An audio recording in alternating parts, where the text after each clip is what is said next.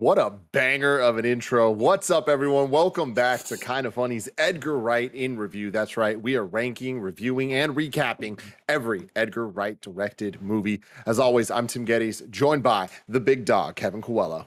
What up? What up, folks? Producer slash seducer, Nick Scarpino. That's right, me, Tim. you I brought bitch. my recap juice right here. Here we go. There we go. Recap Oh, juice. 2 liters, Jesus. Yeah, No, Joey, Joey- DC. This will be gone by the time we get to the finale. Yep, there you go. Of course, we have the Nitro Rifle, Andy Cortez. Great afternoon, everybody. Great afternoon to you as well. And since Greg Miller is not here, he's out in Babyland. Joey Noel watched this movie with us, so she's going to join us to talk about it. In the beginning, our spoiler-free thoughts and all that, and then throughout the plot. She won't be part of the ranking because we got to keep it all. There's a sanctity to it all. So we'll see how There that sure all is. goes. When I I think also about haven't kind of seen funny like shows, half of these movies. that's fair. I do like to think that we do have a sanctity here. Like we never ever break from tradition, and we are always very on the up and up and prim and proper here at Kind of Funny. We've never done anything crazy, so Yeah. it's good. Yeah, do it. Stay with It's that. impossible to do it. We're gonna Remember when stay we in our had- lane. Remember when we had that segment Greg created called Circumcising RaGuProtag?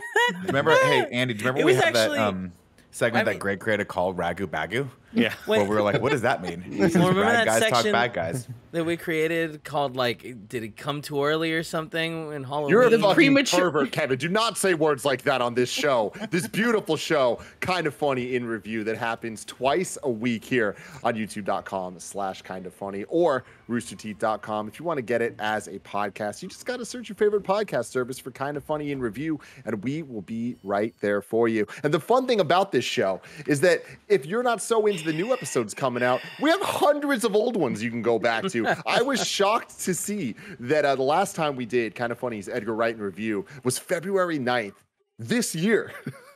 It feels like 3 years ago, but no, that was this year. Is anyone else surprised by this fact? I don't have a sense of time or space anymore, Doesn't and mean I'm happy anything to about. me. I'm actually happy about this. I hate it. I feel Did lost. we do all of Edgar Wright this year? Yeah, we did. Yeah, It- we did. It's constantly Monday and Friday. Like I'm constantly, Yeah. wow, the week just started, and then constantly just like, oh, the shit. week's about to That's a end. great point, Yeah. Kevin. That's a great Yeah. point. I get to 6 o'clock, I get excited and scared because I don't know what's coming next. There's a lot to be scared about. But like I said, you can get it on YouTube, Rooster Teeth, or podcast services. But if you wanted to get the show ad-free and if you wanted to watch live as we record it, you got to go to patreon.com/kindoffunny. And you can do just that, just like our Patreon producers, Molecule and Pranksy have done. We appreciate you both so very, very much. We're brought to you by MeUndies, Trade Coffee, and Uncommon Goods. But we'll get to all of that later.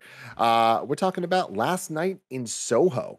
Little fun fact for you here. The title originates from a 1968 hit single by the English pop band Dave D. Dozy. And a conversation Wright had with Quentin Tarantino, who himself was told that Last Night in Soho was the best title music for a film that's ever been made. So the reason this movie's called Last Night in Soho is because Quentin Tarantino's like, this is a dope song. You should make a movie about it. And then here we are. It had a runtime of 1 hour and 56 minutes. It was originally scheduled to be released on September 25th, 2020, but was delayed to April 23rd this year due to COVID, and then pushed again to October 22nd, and then pushed again to its final release date of October 29th. We were lucky enough to see it a couple days early. So that's where our thoughts are coming from. This was directed by Edgar Wright, once again. The budget wasn't clear in this post or during pandemic, I don't even want to call it post phase. A lot of budgets of movies aren't necessarily being talked about the same way. So that's kind of interesting. So there's no box office, as well as the movie is not even out yet. But for context, on the walk home, we were talking a little bit about this. I was a little surprised that on the standee for Last Night in Soho, it said from the director of Baby Driver. And I was like, like, I would have expected more of the Scott Pilgrim and the Shaun of the Dead for sure. I know those movies didn't do that well, but I didn't expect that Baby Driver did that well. This is another Tim memory going away thing, because clearly on February 9th, 2021, I did know this fact that Baby Driver made 226 million, and the second one was Hot Fuzz at 80 million. Yeah. Oh my god. And then Scott Pilgrim only 50. We walked out and we talked about that, and I was like, I think I remember, like, at some point we talked about how this was his most commercially successful film, Baby Driver was, and you were like, that's crazy. I don't know who would have said that to you, and now we know. It's Now you. we know. It was me. Congratulations. My Welcome to own old age. enemy. Exactly. God. It's interesting to see him go like more commercial with this stuff because I think this and Baby Driver, like wow, Baby Driver felt a lot more like an Edgar Wright film than this did. But it's interesting to watch him kind of spread his wings a little bit with the genres. Keep going, Nick. What do you think about Last Night in Soho? I shouldn't kick this one off. Oh wait, actually, hold on. Yeah. This spoiler free. This is we're gonna give our spoiler free thoughts, and then we will get fully into spoilers in a second. So we'll make that very clear for everybody. I found the movie entertaining. I didn't particularly care for at parts of it. I started getting a little bit bored. I think it's God. I wish I could just start. Everyone, cut this part out. Cut this part out. I'm just gonna say I didn't particularly care for this film. And I think the reason why I didn't care for it was I didn't think the horror elements worked particularly well. With all the other elements in it. It's a lot of stuff in the salad on this one for me. And I found myself kind of halfway through this thinking, wow, I really wish this movie was just a movie about Eloise, who is this country person, like bumpkin, moving Thank to... you. I knew Bumpkin was coming. Yeah. The moment he said country, it was only a matter of time. Well, I think the one of the antagonists. Banton. I'll give you $20. We bet on that one. We bet on that one. I liked it. I liked the concept and the setup of her coming from the country and moving to the big city and having trouble adjusting. And I found that I wish this movie was about her sort of having this like touchstone with this woman from the 60s that she kind of idolizes, and through learning about her kind of figures out how to overcome her own challenges in London in this fashion school that she's sort of being bullied at. I kind of liked all of those elements. But then you start putting the horror elements in, and it just kind of feels like at a certain point it just gets lost for me. So I think I like the first 20 minutes of this movie and the last 20 minutes of this movie, but to me, they're not the same movie, which is very, very weird to say. I think the cast did a great job. I think it's beautifully shot, and I think all the music cues really work well in this. And I think they work really, really well to keep the movie going along to the point where you're not, like, I was only bored in moments of it, but I did start checking my watch toward the end of it, unfortunately. Joey Noel. What is the salad thing you said mean? Did anybody else Bunch of get stuff it? in there, bunch of ingredients. Okay. It means there's a lot of things being mixed in here that I think it's one or two too many ingredients, too many plot points, too many genres, too many antagonists, too many themes that they're playing around with that I don't think they did.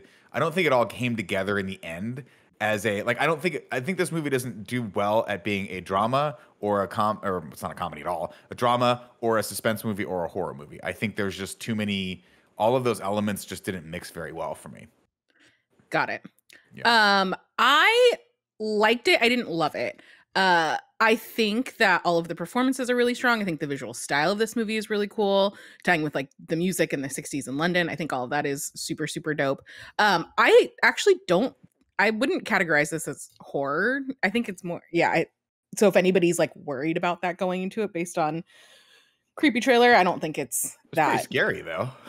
There's like jump scares for sure. Oh, Yeah. I think there's some like stuff that will scare a whole lot people of for gore. sure. Yeah. Well, I guess there's gore. But I feel like I guess I wasn't. I don't know. Sorry, just real quick to interrupt with this. Like, Joey's very sensitive about watching scary movies. Like, a lot of times she will cover her eyes, and I was sitting next to her, and she didn't. I didn't notice you have your eyes covered at all, Joey. Yeah, and I guess we'll probably delve into this more as we talk about spoilery stuff. There was a lot of the ending that I think was like a little bit muddled in what the messaging of the movie was, in terms of some character beats that I was like, and I will say that for like probably the middle third of the movie, I'm like, how are they going to land this plane? Because they're going in a direction and I'm not quite sure what's going to happen. But overall, I think I liked it. I didn't really like it. I think I'm kind of coming in obviously underprepared to this thing because I haven't seen too many other Edgar Wright movies. So I don't know, other than like Scott Pilgrim, I guess. I don't think I've seen Baby Driver.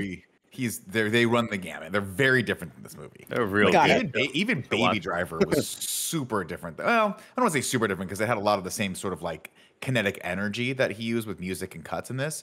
And those were the elements of the movie that I liked a lot, right? I liked all the sort of gimmick of her in the mirrors and them trading places and stuff like that. I just, at a certain point, it kind of wore thin for me. Got it. Yeah. Overall, I liked it. It worked for me. As I was walking out, I was talking about like, this is kind of the vibe that I was hoping that Bad Times at the El Royale, which I know I've talked ad nauseum about, had gone, where like that movie didn't work at all for me in terms of like stylized period piece, like kind of centered around musical stuff, or with like a lot of strong musical cues. And this one worked way better for me. I still don't think it was perfect. And it was a little bit messy at the end, but overall I had a good time. I was never bored, which is why one of the critiques from Nick that I find interesting, because I was always, even if I wasn't sure how they were going to end it, I was always like intrigued. I don't want to spoil it. We'll get into why I was bored when we start talking about the plot. But yeah, we'll go spoiler free for right now. Andy Cortez. I'm kind of closer to Nick, where I really enjoyed a lot of the setup. I enjoyed the concepts of a lot of what was happening. I feel like as soon as the veil started being pulled away, I started to care a little bit less as the movie went on near the end of it. As soon as we started kind of getting some solutions, and then we started, I don't know, there's stuff we can't talk about yet because of spoiler-free stuff. But yeah, I think it started off really, really strong, and it was pretty damn strong near the second third of it. But near the end, I just kind of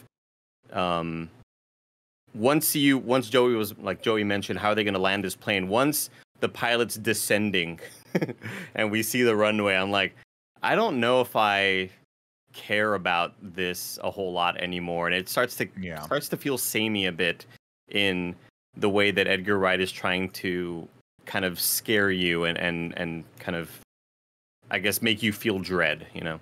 Mm-hmm. Evan Koala. I really enjoyed it. I was intrigued the entire time. I think that while it wasn't scary at all, I do think that it had really good moments of suspense that had me kind of like on the edge of my seat and a little freaked out. I kind of saw where the story was going, but I didn't know how I was going to get there. And when it did, I was like, oh, I like that. I like that a lot. And there's a moment where it's like, well, what's going to happen here? Because this is a weird place to put the story. And I feel like it figures it out. Overall, I thought the acting was phenomenal. The editing was amazing. The music was really like thought out, and especially like the way they incorporated music with the main protagonist kind of being into this old music and cutting back to different eras was, I thought, really cool. Overall, I really, really like this movie. I don't think I love.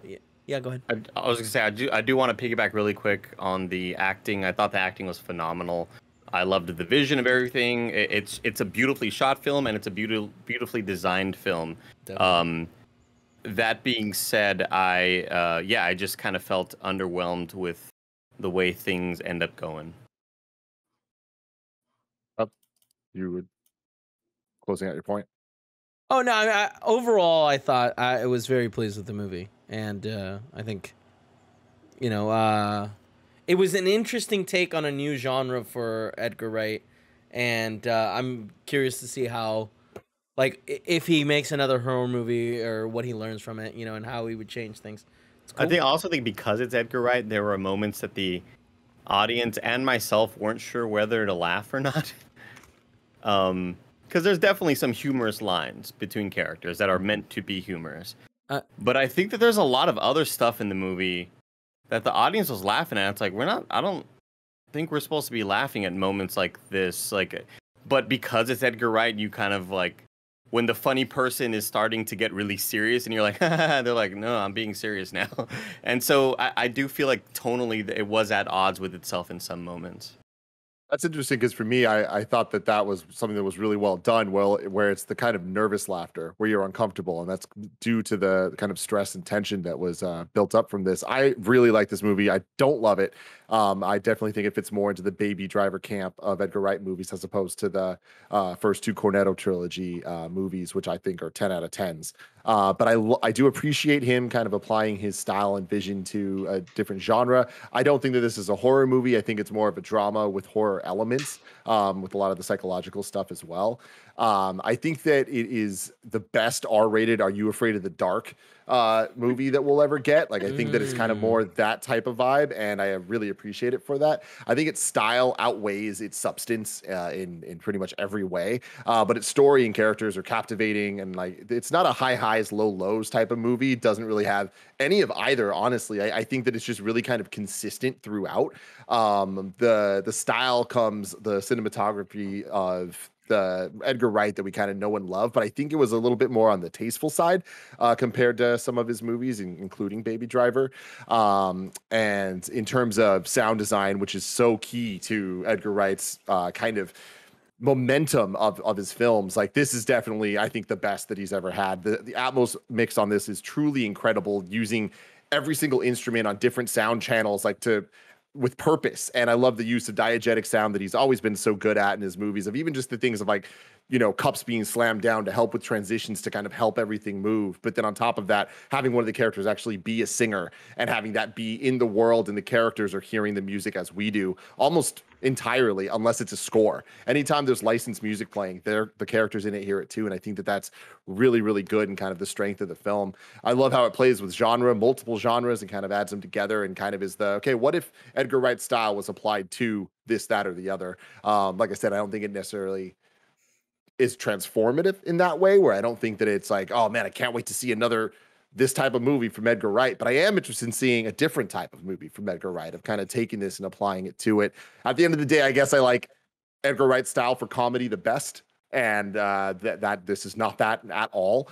I love the idea of the romanticizing nostalgia and what that damage that can actually do, and like I think they do a good job kind of dealing with all that. I think that there's a pervasive darkness that kind of comes throughout this whole thing, that as it goes on, that when we get into spoiler stuff, I was really impressed with the way that Edgar Wright kind of played with my expectations as I was watching it all, where reveals aren't really treated as like these big mind-blowing reveals as gotcha moments. It's more like, we kind of wanted you to know what was happening there, so we can kind of play with your expectations. I think they did a good job with that. But I do think that there was no like Edgar Wright moment where usually with his movies, I'm like, I can't wait to watch this scene over and over and over for the rest of my life. And Baby Driver had a bunch of those. This doesn't have any of those. And I think that there's a couple moments.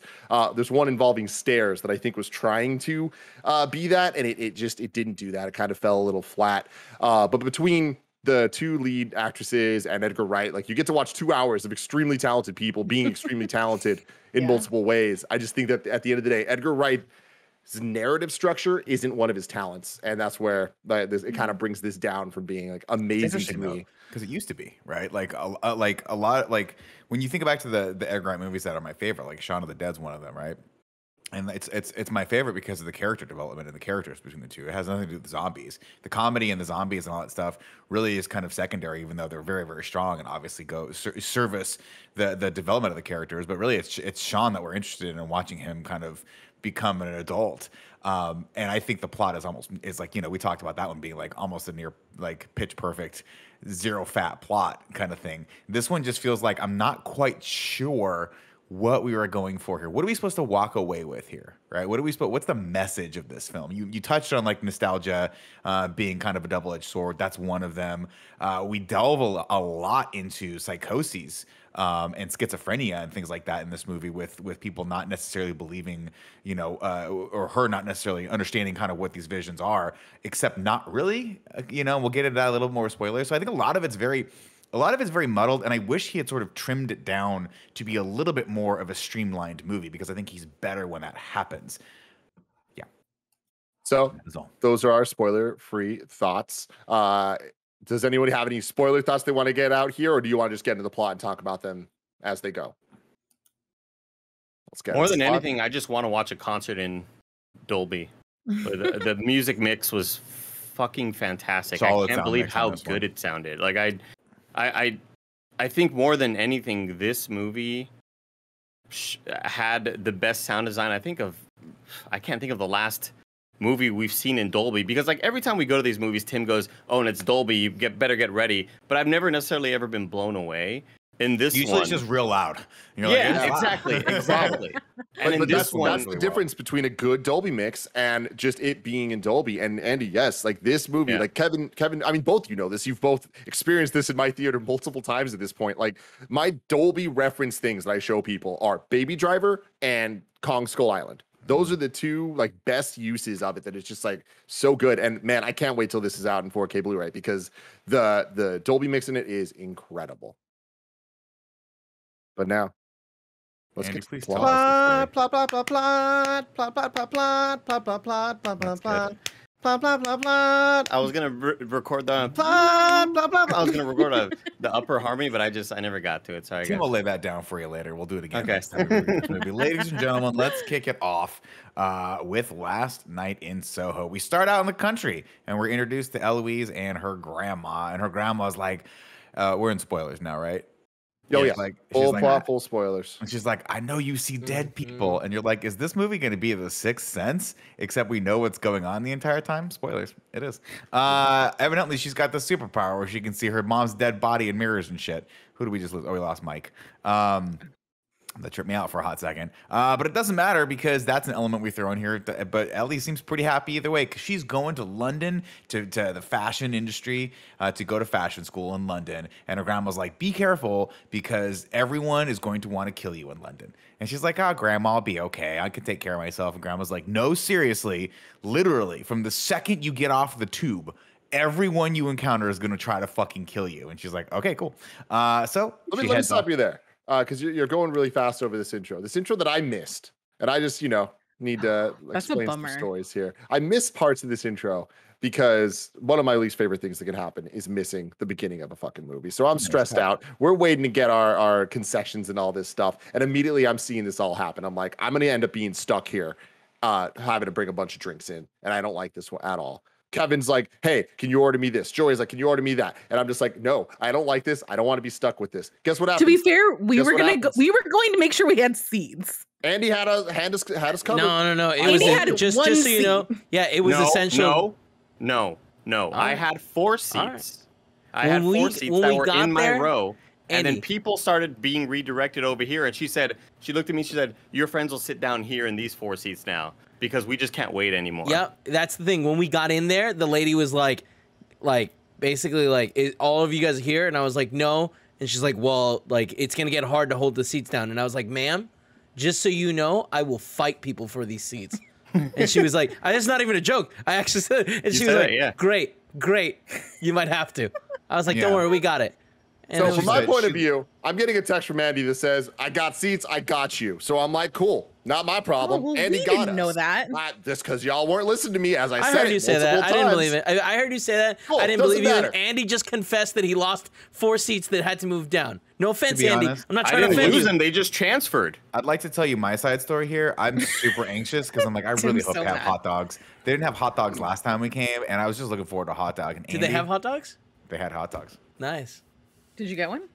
Yeah, I did get one, and I asked Andy if he wanted to split it with me, but he said that's gross. It was really funny. Like, Tim dramatically was like, I'm not getting any shit for no one. And Nick was just like, I'll get your thing. I was like, all right, thanks, Nick. Well, it was one of, And then we None of that is the point of my story. What is the point of your That story? was set up to get to the point of my story, which is then me, Nick, and Gia are left to hold all of these multiple drinks with like these orders where Joey extra wants drinks. 2 extra drinks. Joey wants the vanilla Diet Coke, right? Yeah, oh God, Gia's Joe. getting her icy. Joe. Like everyone has their own orders. Kevin wanted some Queen of specific England thing. over No, here, and Joey regular needs Coke the and vanilla candy. Diet Coke. And I Oh, told governor, Nick the candy. Get me the poppy cut. Kevin asked for Listen, candy you're that's in the seeing- basement. They got to go get it in the fucking basement. They're like, This "We is a don't great keep kind my of funny candy up here." podcast. This is a great kind of funny podcast. Sorry, Tim. I Go hate ahead. all of you so much because literally I have the Yeah. simplest story to fucking tell. Just tell the story. Please Let's tell just us go the on with the plot. story. Go on with the Tim, plot, please guys. tell us this story. I will say this, Tim. The most annoying thing about that theater is they have 5 of those touch Coke machines, which I'm like, guys, COVID, guys. We shouldn't be touching anything. Every machine has a different soda that it's out of. I had to go to That fucking is Oh, five and then different the- machines to find Kevin's Coke. Tim, we And the walked in. I have soda- no idea Hold what on, happened. Wait, stop, hold on. everyone. Everyone, stop. Thank you, Nick, for telling the story that I was trying to tell There you go. about the fucking machines. It's too many Cokes. Next time, guys, here's the deal. And then, you know what's funny, Tim, is I'm honestly shocked that I wasn't freaking out. But I didn't I saw you guys when I walked into the Metreon, and y'all were eating French fries. And Kevin's like, Nick, you gotta try these French fries. And I was like, yeah, I'll give it a shot. You know, this is a Tuesday. And I was so taken by these French fries. They're so good. I didn't realize. I had only left myself, by the way, 20 minutes to get concessions to get in the theater. Cut forward.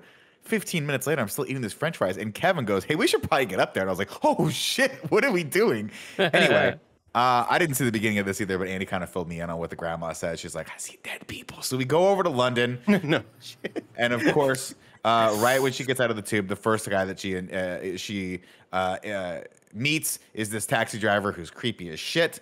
And she's like, "It's okay, I'm gonna go into this store instead." And guess what? She finds herself a Diet Coke. And I'm like, this movie might be pretty good after all, right? It was a regular Coke, but I had a Diet Coke, so I thought about that. Coke very much sponsored this movie. There's Cokes everywhere. Everyone's handing each other Cokes. Like, thank you, and sorry. And Beats headphones. And Beats by Oh Jack. yeah, the Beats were egregious. Very prominent. Well, I think it was on purpose. I think it was like showing the difference in time between then and now with the Beats, and then the Coke also with like just like showing the different types of logos and how pervasive the branding was throughout. For sure. I want to give a shout out to Thomasin McKenzie here, who was our lead, who plays Eloise or Ellie. She's great. Fantastic. She's fantastic to She's watch. so good. Very, very. Jojo Rabbit and Old. Jojo Rabbit, that's the other one I remember. And also we'll get to Anya Taylor Joy, who I thought did a great job too. Actually, I think everyone did a great job in this. From here, we go over to, I think she hides in the convenience store. After that, we go over to her dorms where we meet her roommate, who's going to be, spoilers, the second you see this person, you're like, you're going to be an antagonist. You're going to be a dick. And she is. She is Jocasta, played by Sinead Carlson. And man, I'll tell you what, Kevin, it's one of those where the O in her name has one of those lines through it. Like it's like no, we didn't need to put this O in this. Omega. So cool. Oh, the O sounds? This one's different. This Like, one's God different. damn it. How is it different? You're never going to know, you stupid American. You don't understand other languages. She's great. Obviously, I love She's a really fun character. I love the recurring theme of the two dumb underlings who are like, "You're so brave, so brave." So fucking good. And, See, but those are the Edgar Wright isms that we're used to that happen so seldom that if you didn't know it was an Edgar Wright movie, it would just feel weird and out of place, in my opinion. But like the fact that you know it's Edgar Wright, you go, "Oh, I love when he does stuff like that." But there just wasn't enough of it because this is supposed to be tonally a lot different. I don't know. I just feel like I needed a bit more of that with like when we get the really clever editing when a character.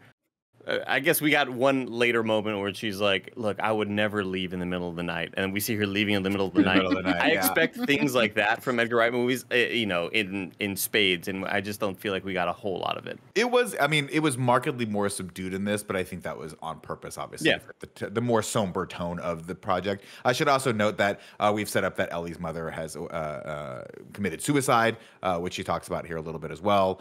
And she can see her mother. It did kind of seem like she was being haunted by her mother, right? Like it wasn't I don't like know, a friendly because thing. Her mom was like, "What's up?" And she's like, "Oh, mom's here again." But like, I wonder, like, how there's I mom guess- there all the time, or what's Yeah, up? You might the have first missed time that. Yeah. Sorry, the first time we see the mom, it is a positive where the mom's like smiling and she looks at her and she's like, "It's good news, isn't it?"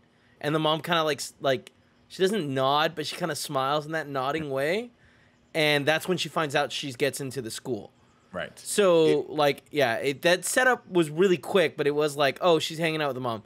Then the grandma refers to the mom's ghost as like, do you see her and stuff? Is she here? Yeah. Yeah. Sort of thing, yeah. And that made it seem more negative. She's like, no, I haven't seen her in a long time. It reminded me, weirdly enough, of the mirror in Harry Potter, where he was like, "I see my parents and everything's great." And you're like, "This is fucking creepy." Thank you. I thought I was gonna say Agamemnon. No, that's the I. That was the I. Agamotto. Is it Agamemnon from Troy? Yes, that's Jesus, true. Joey. Yes, you know what, Joey? You're There mixing it is. lots of things here, okay? I had half my popcorn last night. It was so good. And then we're going to get to that popcorn story in a second. Don't let me forget. That's the only reason I told Tim I'd be on this show, is so we could tell that story. Let me forget. Jackals, all A these new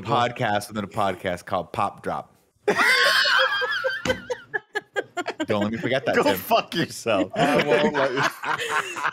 Ladies and gentlemen, of course, this dorm is not all it's cracked up to be. We also get introduced to a quasi love interest we have in this, whose name is I didn't catch John. John is his name. I only know that because of Wikipedia. I don't know if they say it in the movie, but I was really hilarious. He was like him. hilarious. Yep. I like his character development. I like his relationship with her, and like he feels like a very believable character, which I appreciate. It's funny. It's funny that you say that because he's very believable until 2/3 of the way through this movie, in which case I'd be like this is now unbelievable to me because this guy is dealing with someone who has almost stabbed someone in the face with a fucking knife, and he's like, just tell me what's going on, tell me how to help you, here's how you help her. She went unhinged.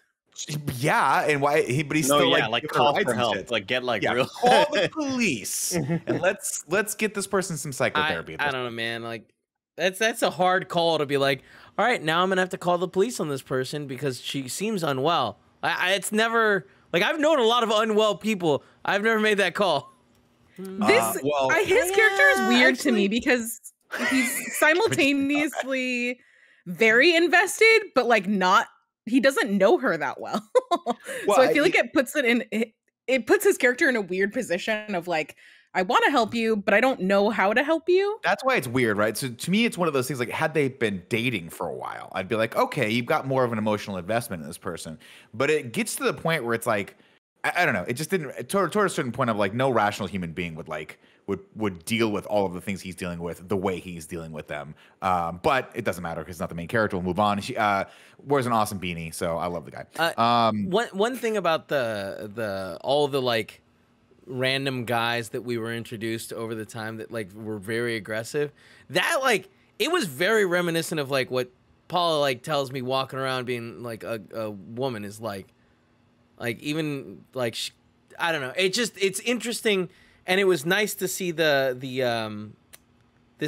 guy, John, be like the break from that. Because we first get introduced, it's like she's running away from the taxi guy, and she meets him. We're kind of like, oh, is he another one of these guys that is like gonna be like super aggressive? Yeah, right. And it's like suddenly, it's like, no, here's a reprieve from that. This guy's way more chill and just saying hi, but she's got her guard up, and then we kind of see him whittle that Weirdly down. enough, the biggest point of what I felt was tension for me in this movie was waiting for the other shoe to drop with John. I was like, I wonder if he's gonna be a fucking scumbag. Something like part of me was like, I wonder if he's gonna do something fucking creepy. Like when they got the drinks and shit handed, I was like, I don't know. Anyway, when she got the drinks handed by Jocasta, I was like, what the don't fuck's fucking going drink on here? that. Don't drink that.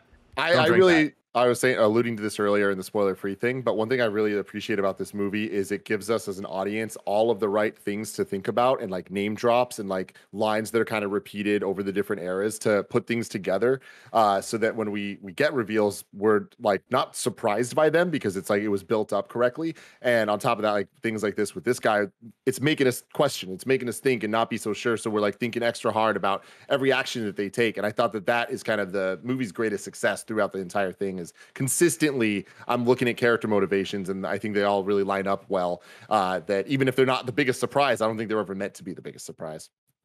Ellie, of course, meets the rest of her roommates. She tries to stay in the dorm that night, but there's like a party going on, and she's like, oh, this is not tenable. The next day she goes to class, she's late, unfortunately. Bro, are we going to talk about the fact she falls asleep on the damn sofa? That sucks. In the middle of a party? And John steals her Coke, which was like just the perfect cherry on top of like everything's going poorly. And John being like, oh, what's your name? Ellie? I think this is yours. It's like, oh my God, that was so funny. How are you able to sleep out there and not in a room where two people are Bluetooth banging? headphones. Stay in the room where people are banging, and like you're not going to be on a couch in a crowded party. Andy, a terrible decision. She got like undergarments thrown at her and stuff like that. That room. She's also not some sort of pervert, Andy. All right, maybe you'd be comfortable doing that. Exactly. She's a country bumpkin, as Nick put it. She has no idea what to do with herself. She can just look at the wall. Never seen underwear. Just before, look at the wall and pretend it's not happening. The situation she puts herself is like a nightmare scenario for me, where I have nowhere to sleep, and the only place to sleep is around a lot of people that are partying. That will fuck with awful. you. Oh, dude, you're getting Sharpie on the face for sure. One time I slept in a bathtub because my buddy snored too much. Oh yeah, dude. At fucking But, design like, school, these kids are doing meth. They're fucking partying. Yeah, but like after I school. think that Are you I kidding think me? to meth. You ever hung They're out with someone probably- who makes clothes for a living? They're fucking weird people. I feel man. like They in 2020 party. with a bunch of people that don't know each other, they're probably not messing with the sleeping kid.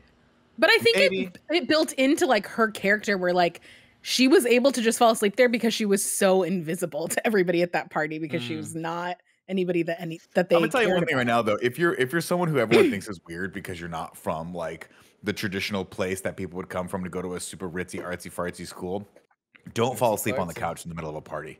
Just like as a pro tip, if you're trying to like kind of skate underneath the radar a little bit, don't take your whole fucking bedding, wrap it around yourself, put your Beats by Dre on, and just fall asleep on a couch like you just did some sort of fucking weird drug that no one's ever heard of before that just knocks you out for 5 hours. I digress. The next day, she's like, this is not tenable. They've gone to a bar as well. We've already established she's gone to the Tavern on the Green or whatever this bar was called. That's over in London. And by the way, every single shot of the city makes me really want to go back to London, especially when she's walking around all those areas. It's super cool. Love that city. Super cool. She, of course, at school finds one of those little, like a little thing that's on the floor. And I like this too. I like this bit of storytelling where it's fallen off the board, and she like looks down and sees it on the ground. And she picks it up, and it's like room for rent. Women only. Come to this place. Be fucking cool. So she calls Lady up. Fucking cool. She calls Lady up, and we go. I think there's a couple more scenes in here, but we're gonna go over there. We're gonna cut to the chase here. This house is above a French restaurant called the French Restaurant. I think is what the sign said, and it's very garlicky, but the room is pretty cool. And we get introduced to Mrs. Collins, who is played by Diana Rigg, and I'll give anyone the rest of this 2-liter bottle if you can tell me what house she's from in Game of Thrones. Tyrell's. There you go, Kevin. Good job. She's the head of You're household. not allowed to drink anymore. That's It's where mine she now. is. God damn, you're right. Elena. She's I couldn't Elena. do it. I couldn't physically do it. I was like, she's from Harry Potter, probably. Maybe she was an old lady in Hot Fuzz. Where is she from? Man. Weirdly enough, she Was she- also, I just looked this up, she also played Tracy, who was a play on Teresa from one of the books in Her Majesty's Secret Service. She marries Bond and dies at the end. And she's the one he says we have all the time in the world to. Going back to our Bond review. I was asking Joey this, but like, there's one of the Bonds that isn't a real Bond movie, right? Yes, that's called Never Say Never Again. There was a Thank you. big kerfuffle with that. It's actually a remake of Thunderball. Both good movies. Of course. What's up, Tim? I just a fun thing here. I didn't want to jump into the Game of Thrones because I already read it from the trivia stuff I was looking at. But yeah, so the James Bond thing's interesting. Also, the drink that they end up getting in this, Nick, is The Vesper. the which is Vesper, great. baby. Yeah, more James Bond stuff. Yeah, And then that's crazy. the other old woman in this is also from a James Bond movie, and both of the older women in this movie died before the movie came out. So Sad, the right? movie's Right. dedicated to the two of them. Oh, that's nice. Are they That's both really good. named Diana? No, Both named Diana Rigg, which is crazy. Same name. Well, because it did start and it said, "Oh, you guys didn't see that," or some of you, because it said No. in memory Him and I or were for battling Diana. the Coke machines outside. Yeah. One of them Totally didn't have flat, ice, Andy. by I'm the like, way, are you kids? Like, Nick, there's some you- kid in the back, like, fucking with us. You brought Right. me the flattest Coke ever. And I Kevin, couldn't even drink it. I couldn't even drink it. Tim, as God's fucking honest witness, and maybe you didn't see this, but Gia did.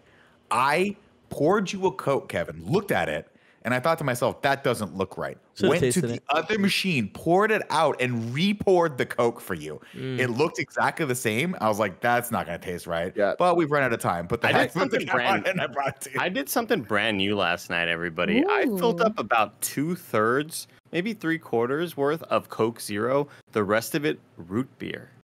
What is? You're crazy. Get the You're fuck And out I of gotta here. say, freestyle, was- baby. it was a fantastic decision because I always do the Diet root cherry. beer or And I regular root never. beer? Beer. I've done the cherry edition at the end of the, Okay, the little Coke Zero, pop of thinking cherry. that Yeah, it's I can ever see going to that. be a good decision, and it never is. I'm never happy with it. The root beer, though, it just kind of like I tasted root beer always, but I had all of the caffeine of the Coke Zero because root beer is caffeine free, and I don't want I need caffeine.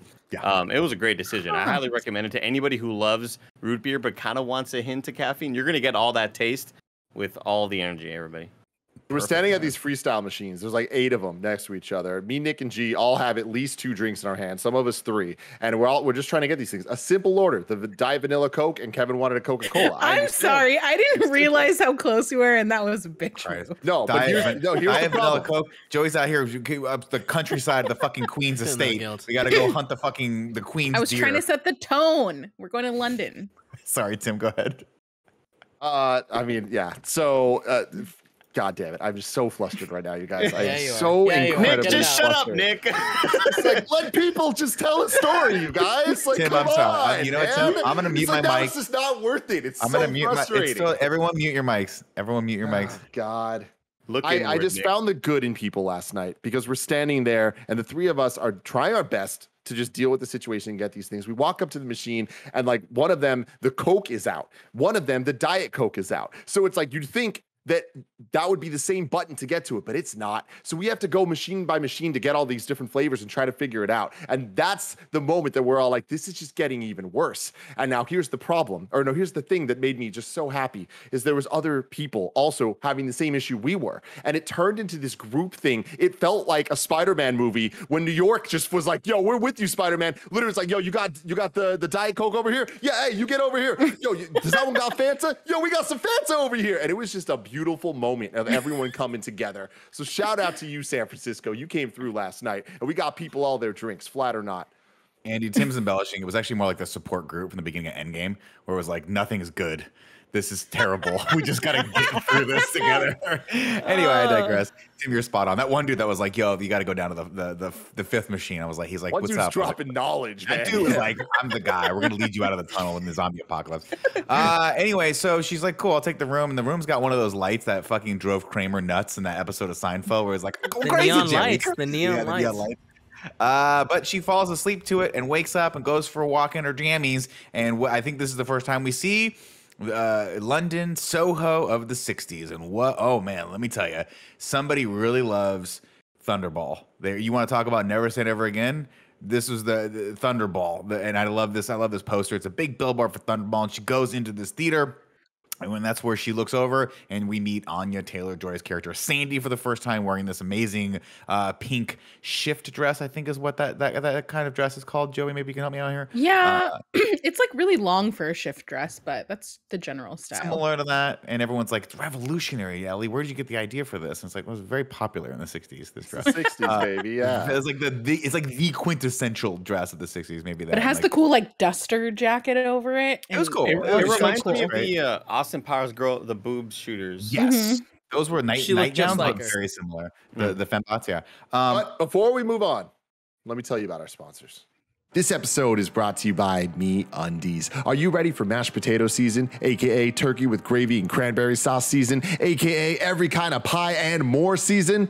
Well, MeUndies is here with the softest and stretchiest undies in the game, so you can be ready for seconds and thirds, baby. I love MeUndies. I have for a very long time. Even right now, of course, I'm wearing my lounge pants, the undies themselves, and the socks. I love having that soft micromodal fabric all over my body. They have undies and loungewear made out of soft, breathable, stretchy fabrics that are perfect for everything from pre-dinner activities to post-dinner naps. MeUndies also has a great deal for you guys. For any first-time purchasers, you can get 15% off and free shipping. MeUndies also has a promise. If you're not satisfied with any product for any reason, you can return your order for a full refund within 45 days. To get 15% off your first order, free shipping, and 100% satisfaction guarantee, go to MeUndies.com/morning. That's MeUndies.com/morning. And next up, shout out to Trade. Are you the kind of person who falls asleep already thinking about the next morning's coffee? Well, Trade's goal is to make every cup of coffee your best ever. The journey to your perfect cup starts with taking their coffee quiz. You use a French press, automatic drip, you're a cold brew person? No problem. Trade will match you to coffees you'll love from 400 plus craft coffees and will send you a freshly roasted bag as often as you'd like. Trade guarantees you'll love your first match. On the off chance that you don't, though, they'll replace it with a different bag for free. Me and Cool Gray had a lot of fun going through the quiz, trying to find him his perfect coffee, and he has been having a great time with Trade. For you guys out there right now, Trade is offering your first bag free and $5 off your bundle at checkout. To get yours, just go to to drinktrade.com/kindafunny and use promo code kindafunny. Take the quiz to start your journey to the perfect cup. That's drinktrade.com/kindafunny, promo code kindafunny for your first bag free and $5 off of your bundle. That's drinktrade.com/kindafunny. And next up, shout out to Uncommon Goods. If you're on a mission to be the best gift giver ever this season, it's never too early to start looking, no matter who you're shopping for. Uncommon Goods is the place to find remarkable and truly original gifts for anyone. Me and Gia actually recently just did a puzzle that we got from them. That was a lot of fun, just for some like bonding date night time. And there's actually a bunch of really cool date night options there. There was one thing that I was looking at that is a date night painting, where you get this, you get the package and you actually get a 90-minute session with an instructor. You guys get to paint together. It's a whole thing. It sounds like a blast. Uncommon Goods looks for products that are high quality, unique, and often handmade. They have the most meaningful, out of the ordinary gifts anywhere. And with every purchase you make, Uncommon Goods gives $1 back to a nonprofit partner of your choice. That's awesome. To get 15% off your next gift, go to uncommongoods.com/kindafunny. That's uncommongoods.com/kindafunny for 15% off. Don't miss out on this limited time offer. uncommongoods.com/kindafunny. Back to it. Now, Tim, we got a lot of podcasts from the podcast, right? Pop Drop coming up. Don't forget that. Never forget. Don't forget the Pop Drop. Would it be inappropriate now to do Wigging Out, or should we do that later? I think now is the only appropriate time to do it. Yeah. Is it a wig? I don't know. Wigging Out with Scarpino. What's up, everybody? Welcome back to the Academy Award-winning podcast within the podcast, Wigging Out with Scarpino. Was Anya Taylor Joy wearing a wig the entire time? And then why did they also, the answer is yes, why did they also put Eloise in a bad blonde wig when she dyes her hair, and then a bad brunette wig after this? Stop using wigs. We can just use our real hair, people. They can't, Nick. Anya Taylor Joy can't do her own hair anymore because she fried it with bleach accidentally. So now she wears wigs in all of her movies. Oh, wow. Yeah, her hair looks particularly thin to be able to pull off that much volume in a 60s hairdo, you know? You know what? I stand corrected. The wigs were fine then. If there's a medical reason for a wig, i.e. you're losing your hair, Nick, and one day you're going to want to look like Captain America, so put the wig on, that's totally fine. That's acceptable. End podcast. Get back to the plot. We're seeing cool shit in mirrors here. There's lots. This is where we get the gimmick of her trading in and out. I thought this was interestingly done. Of course, we're also introduced to Matt Smith's character here, Jack, who is kind of a Lothario and apparently a talent manager, I think, even though I'm not quite sure. Sandy's like, I'm not even going to bother asking anyone about this guy. I'm just going to sign up with him.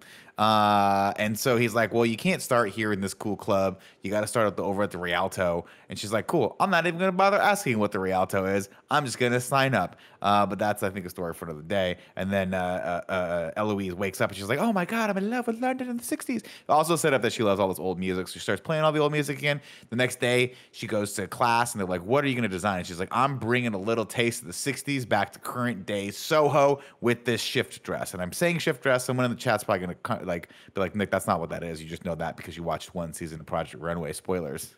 I watched 2 seasons of Project Runway. Fucking spoilers, okay? So she draws this and she draws Sandy, and it's actually, I'm like, wow, this kid's got some chops when it comes to the old art. Again, I never went to art school or fashion school, but Andy, is this what it's like? You're in a cool shop setting that's like dope and like high ceilings and everyone's got easels and shit and people are like very artistic? Yeah, there's always models. Again, I think the first nude model I drew, the dude looked like Smeagol, which was fantastic because you want to be able to draw all of the musculature and stuff. Like, it's really easy to draw that stuff. But like this looks like I would not do well in that environment. But this looked really. This looked really expensive. Like this. You had 4 hours and all you did was draw this guy's schwanz. It's just. I mean, like, I gotta quit this school. That's the most detailed dick the world has ever seen. Perfect. And that's the thing. Like, these are 4-hour classes, so you would have been right on with that. Oh man, long classes. God, that would have been great. Anyway, it makes me wish I had gone to an art school because this looks super cool. And it's just the idea again, going back to the setup for this, the idea of her being in this cool fashion school in London. It's dope. I love that idea. Very, very cool. She also needs a job, so she decides at one point to go apply for a job over at the bar where they all party. Because she needs to pay for the apartment. Yeah, she has to pay for the apartment. She's like, I'll get it done somehow. We get the setup also of Mrs. Collins being like, hey, don't leave me in the middle of the night. She's like, I would never do that, and that's the joke earlier.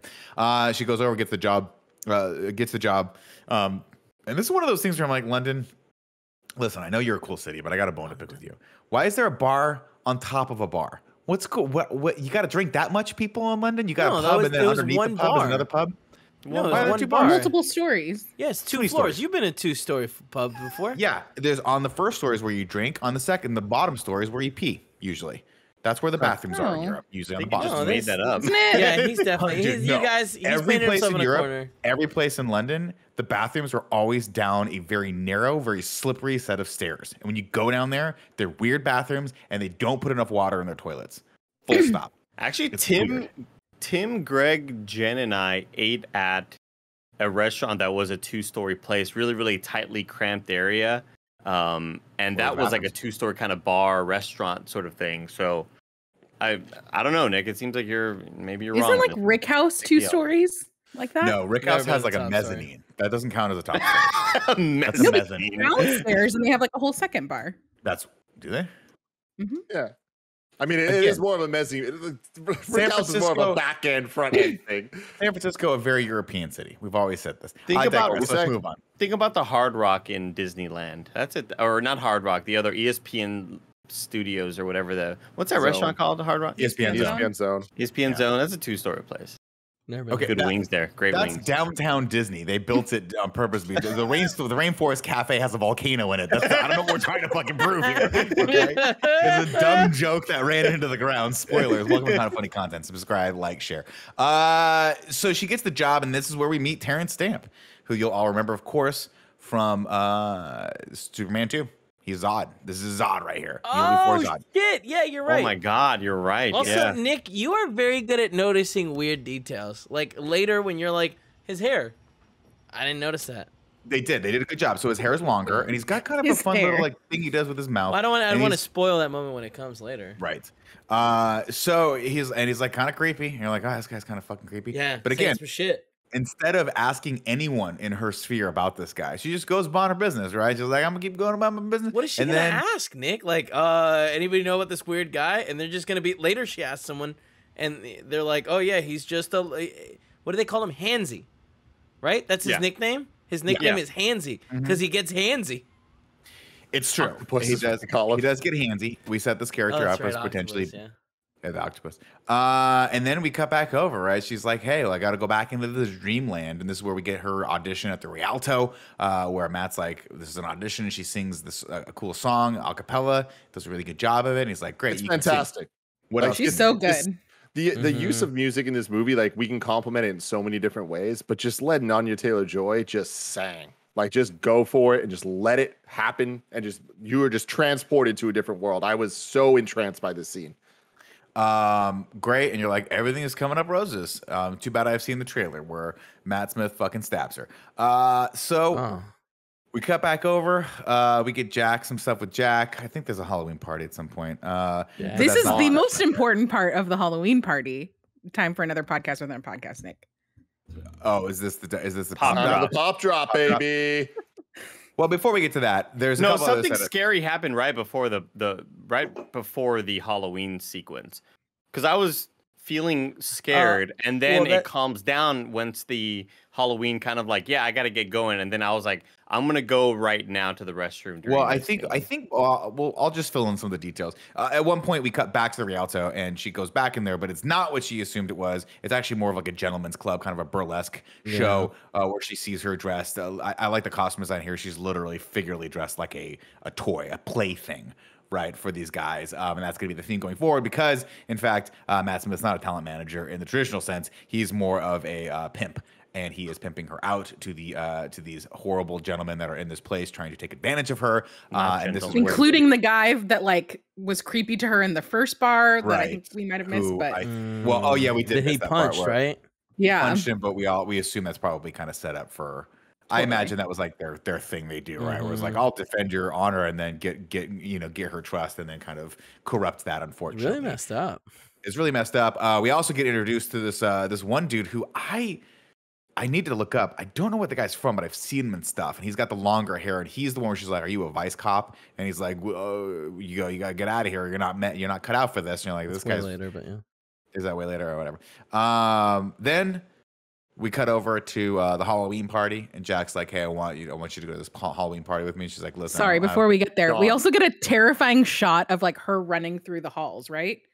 Is this the point? Such a good shot, yeah. Where you see little vignettes of like all of the different green rooms that all these girls are in. Right. And you have girls doing drugs time. and ODing and giving guys blowjobs and like all of these different things. And that's like the point when you realize like, oh, this is all that shit very hurt my different eyes, than man. what she thought. I was like, I need this shit in 120 frames right now. This shit hurts my eyes. Like when it's like slow pans like that, I'm like, 24.97 frames. It hurts my eyeballs. But there was something else.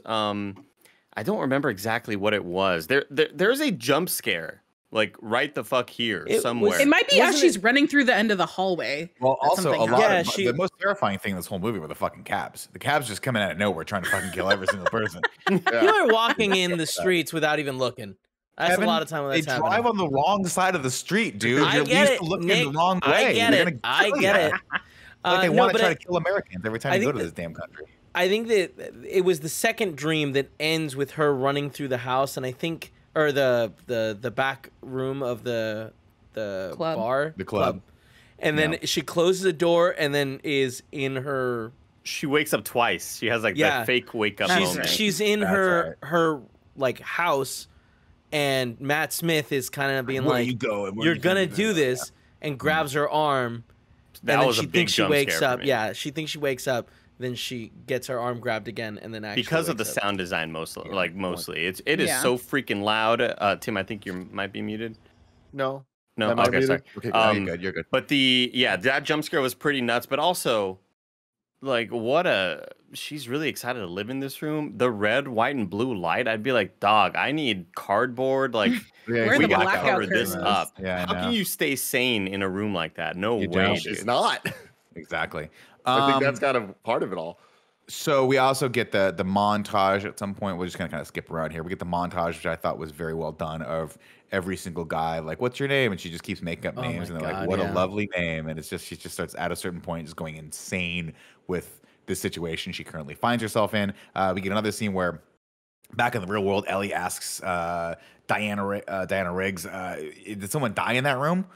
And she's like, no, I mean, but then she has a banger. She's like, this is London. Someone's died in every single room in every single house in here, which actually is probably true if you think about it for how old those buildings are. I'm really excited to watch this movie again because I do think that a lot of the strength of the writing and moments is the kind of setup and all the things that like the lines of dialogue that this woman in particular says like really adds up in an interesting way. Like the way she talks about, oh yeah, there's a smell of garlic and all that stuff. It's like that's hiding something that we find out later.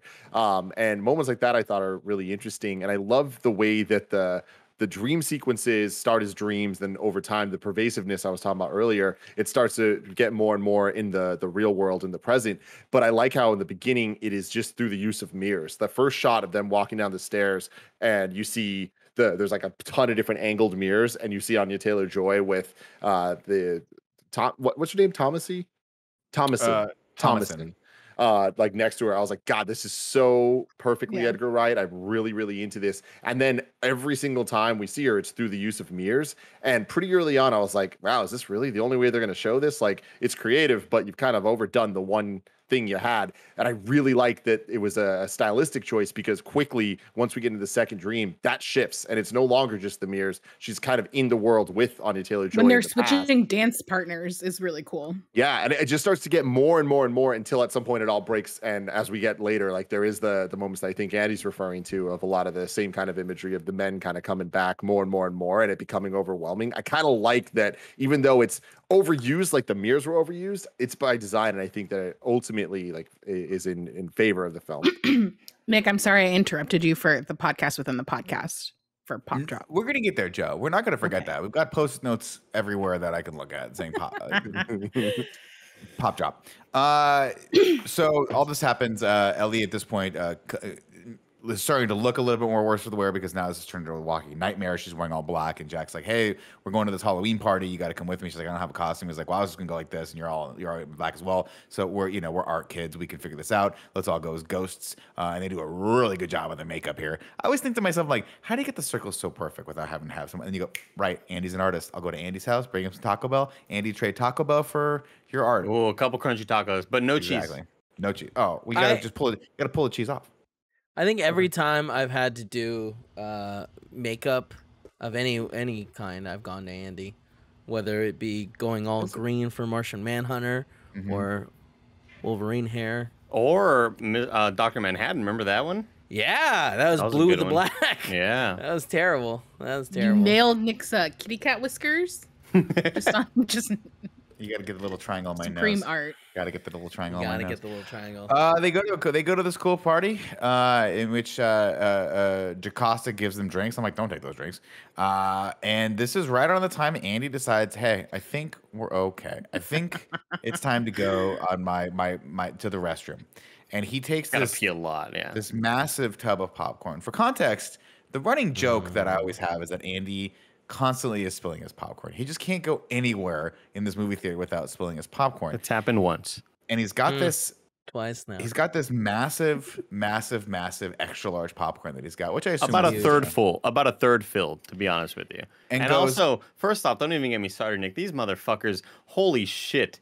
Did they give me like the bottom of the goddamn fucking section of popcorn? I heard you eat it, Andy. It was all kernels. It was all kernels. Popping just kernels left and right. This thing is like, I think I maybe ate, I don't know, a total of less than 20 fully popped popcorn. The rest of it is just the tiny crumbs that you get at the end of the Frosted Flakes fucking thing. It's like, it was just awful. So terrible on you, AMC. I blame you for that. I was so mentally just struggling, you know. I get it, man. And I feel for you because my popcorn was fantastic. He puts the tub down. You're such a dick. And he puts the tub down far enough away so that he has the leg room to like get out. Goes. I forget about this. I heard the thing go down, but I'm like, I'm into this movie at this point. Yada yada yada. He comes back, walks to his seat, stops, then takes one little extra step and kicks that fucking thing over. And I just see the big Dolby screen and Andy silhouetted against it. And his head just goes down. And he starts laughing because he knows that I heard it and he knows that I saw it. And I start laughing. And the guy next to us was like, what the fuck are you guys laughing at? And I almost was like, well, sir, we have this ongoing joke that Andy always calls his popcorn. And he usually never does it. But this is the one time that I know I'm just never going to let it down. It was, for me, it was the sound design of this moment.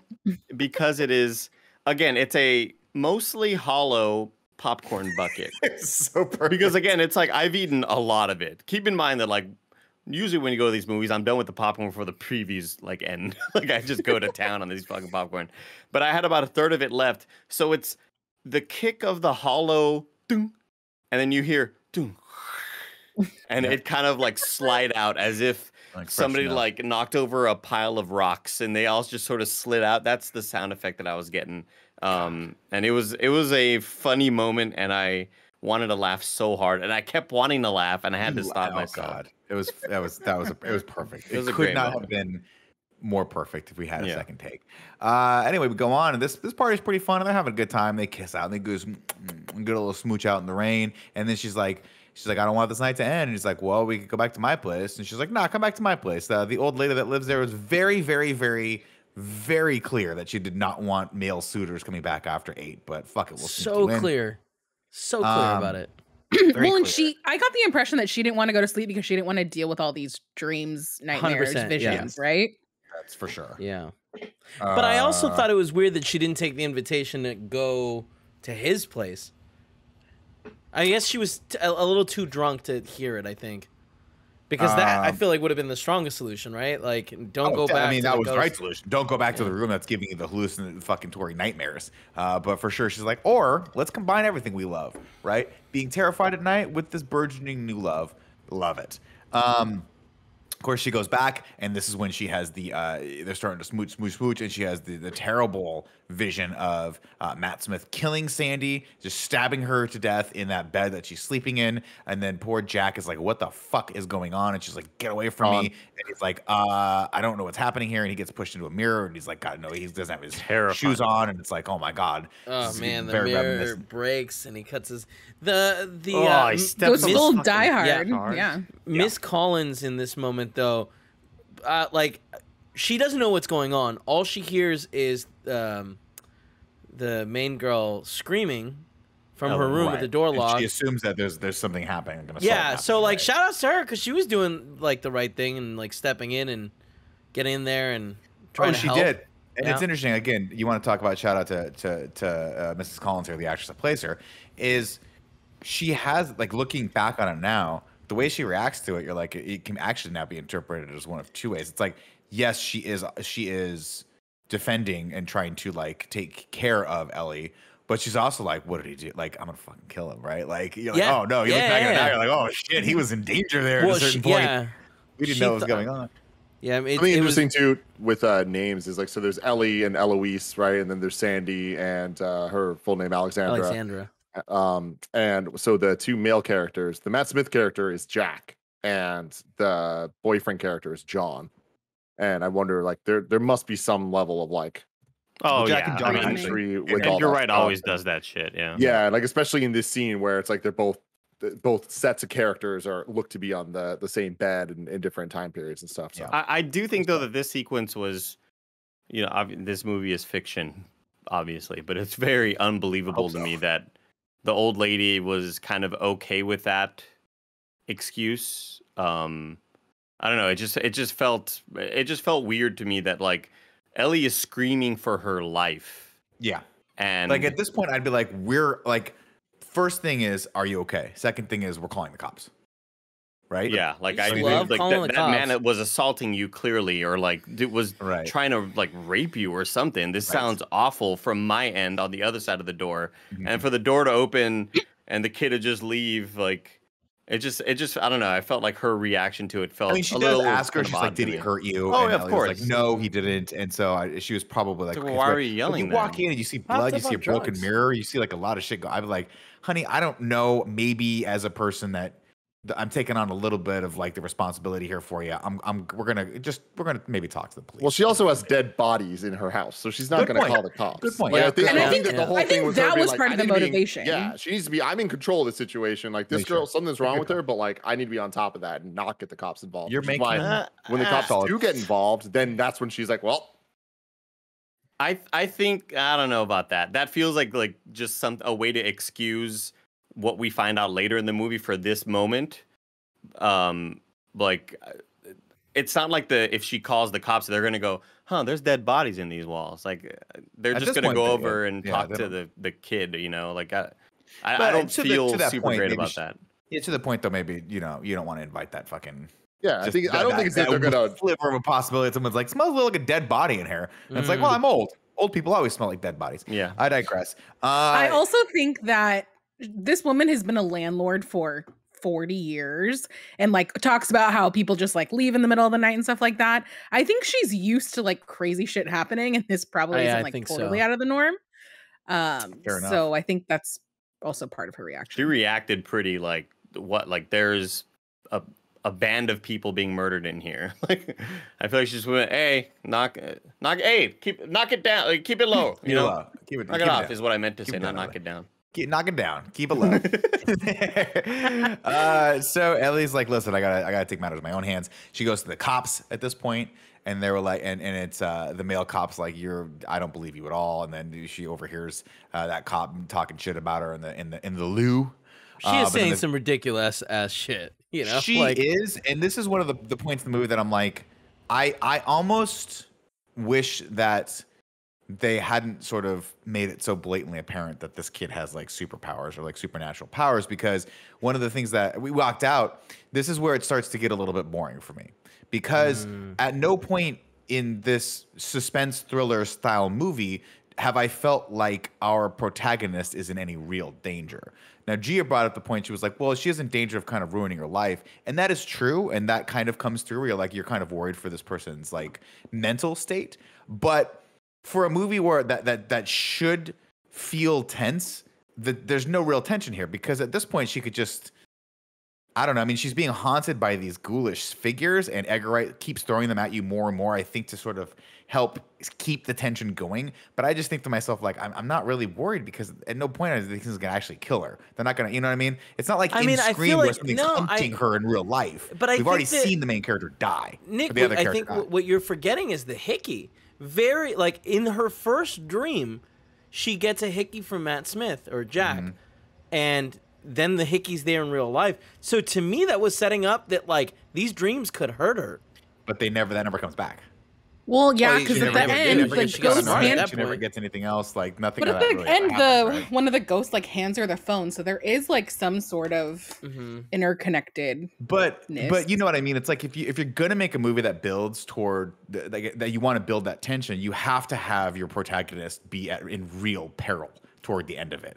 And I guess I just thought she was in peril. We get there at a certain point when she thinks that Terrence Stamp's character might be stalking her, but I needed to see more of that, if that makes sense.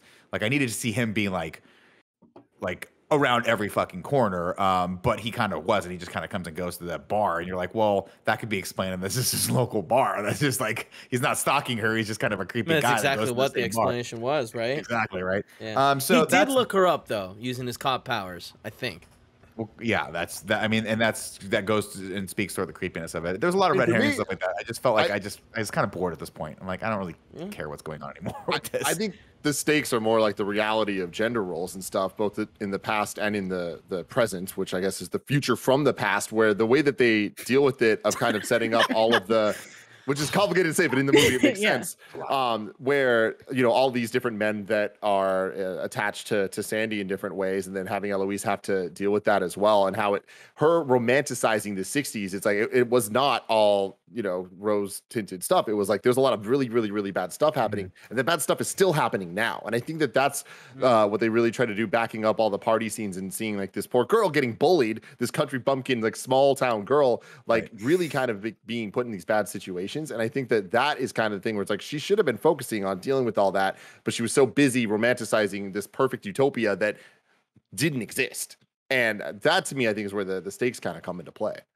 Well, but that's not really stakes, though, right? That's just sort of like that's like theme. That's what you're talking more about. Like what is the message of the movie? And the message of the movie is like, yeah, you did over romanticize this, but yeah, you're right. Like the reality is bad and it's shocking sometimes. But that's what I'm saying. Like all the things you just said, those parallels I really liked. I just didn't like the fact that now we're running through hallways being haunted like by faceless people over and over and over again, to the point where I'm like, this is kind of wearing thin now. Yeah, it kind of everywhere she looks is just these faceless guys, and I'm like, but they're not hurting her. So it's just her being scared. And after a certain point, as an audience member that's being scared with her, I'm not scared anymore when I see these guys. So it's not having that effect on me of being like, oh my God, fucking Billy Loomis is the killer, and she just locked herself in the house with this guy, and he's like, we all go a little crazy sometimes. I never got that feeling for Ellie. And I should have gotten that feeling at some point. Maybe you guys did. It sounds like you guys did. I guess near the end of it, it kind of devolved into the zombies in Shaun of the Dead, the blue mouth people in The World's End, or the Scary Village people in Hot Fuzz. Like these just became like the faceless guys that she ran from. And I feel like early on in those sequences, I did feel fear, not only for her, but I was just scared because it's like it's, you know, not pleasant to look at, these dudes.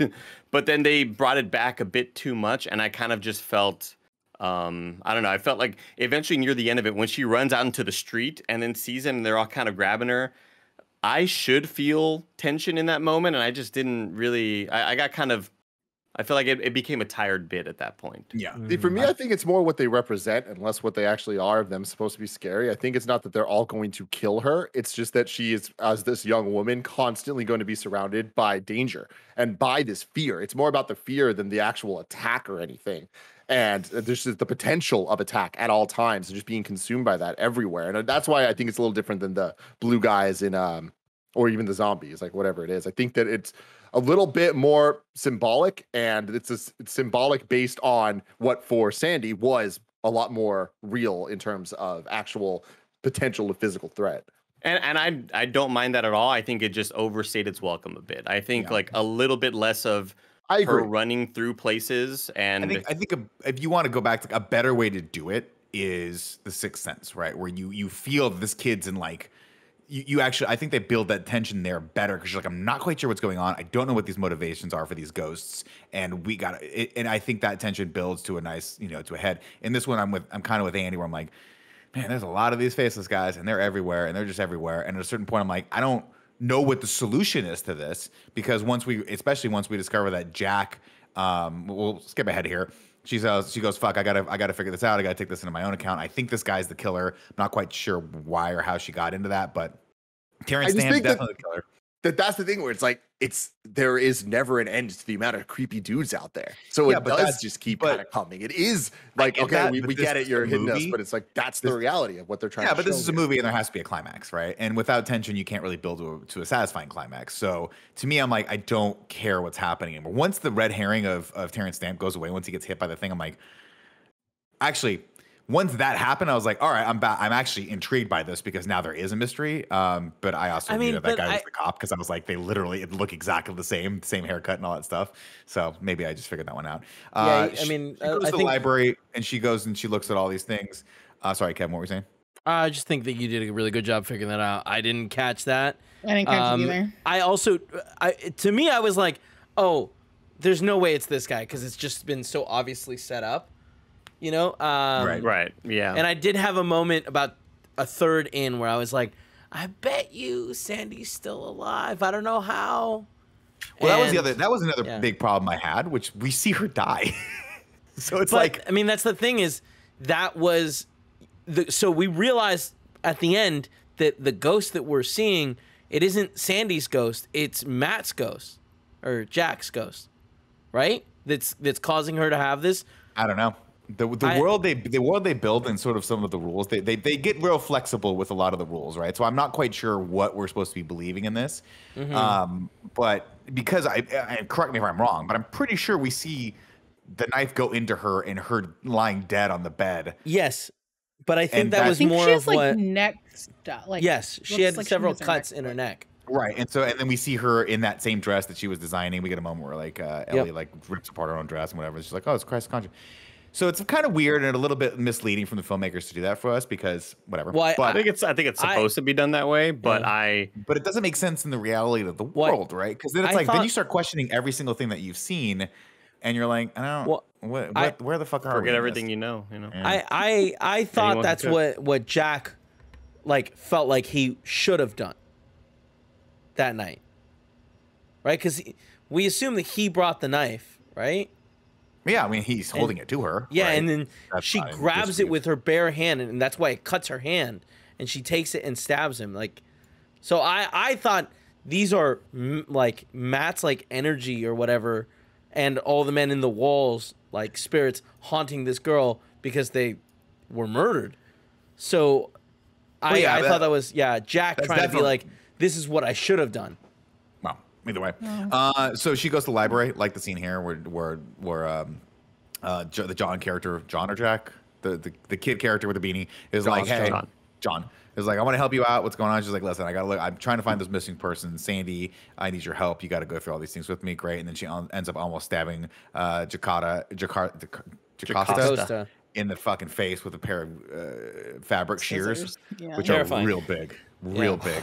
At this point, and this is the point of the movie where if I were John, I would say, we need to find this person professional help. I don't have the tools as a 19-year-old art student to deal with someone who might be potentially suffering psychoses to the point where she's homicidal. I'm sure that an 18-year-old Nick would make that decision. 18-year-old Nick would smoke a cigarette and fucking walk and just leave. I'm like, I don't want. You forget how much. I feel like 18-year-old Nick wanted to find love. 18-year-old Nick drew the line though, where people are legitimately going to have to go to jail for fucking homicide. He'd have been like, Also, just a lot of people saw that in the library too. He's going to jail. So she goes back and she's like, I don't know what I'm going to do. I'm going to go to work.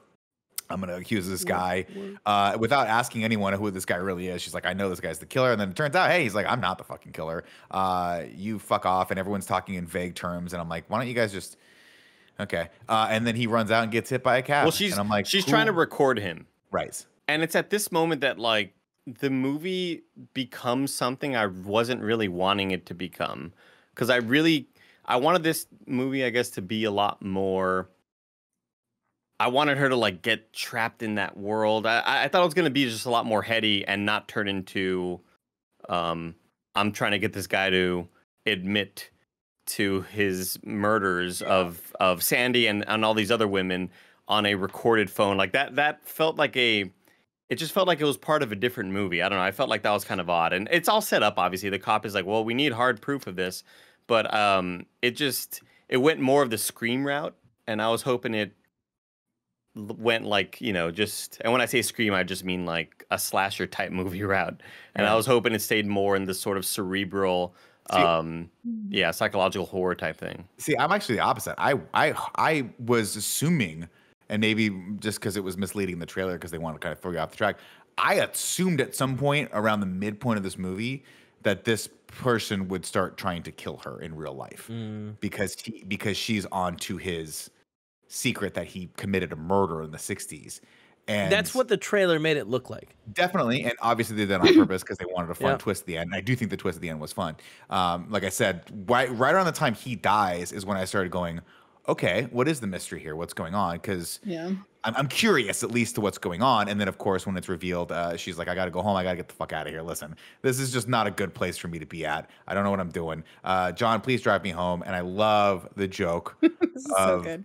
She's like, wait, you have a car? And he's like, yeah, how else am I supposed to get from South London to North London? Which is hilarious. A great joke from earlier as well. Him mentioning where funny. He lives. Yeah. Right. Yeah. I'm from South London. Oh, okay. She goes, does I think one of the best things in the whole movie. He's like, do you want me to come in? She's like, nah, I'll be okay.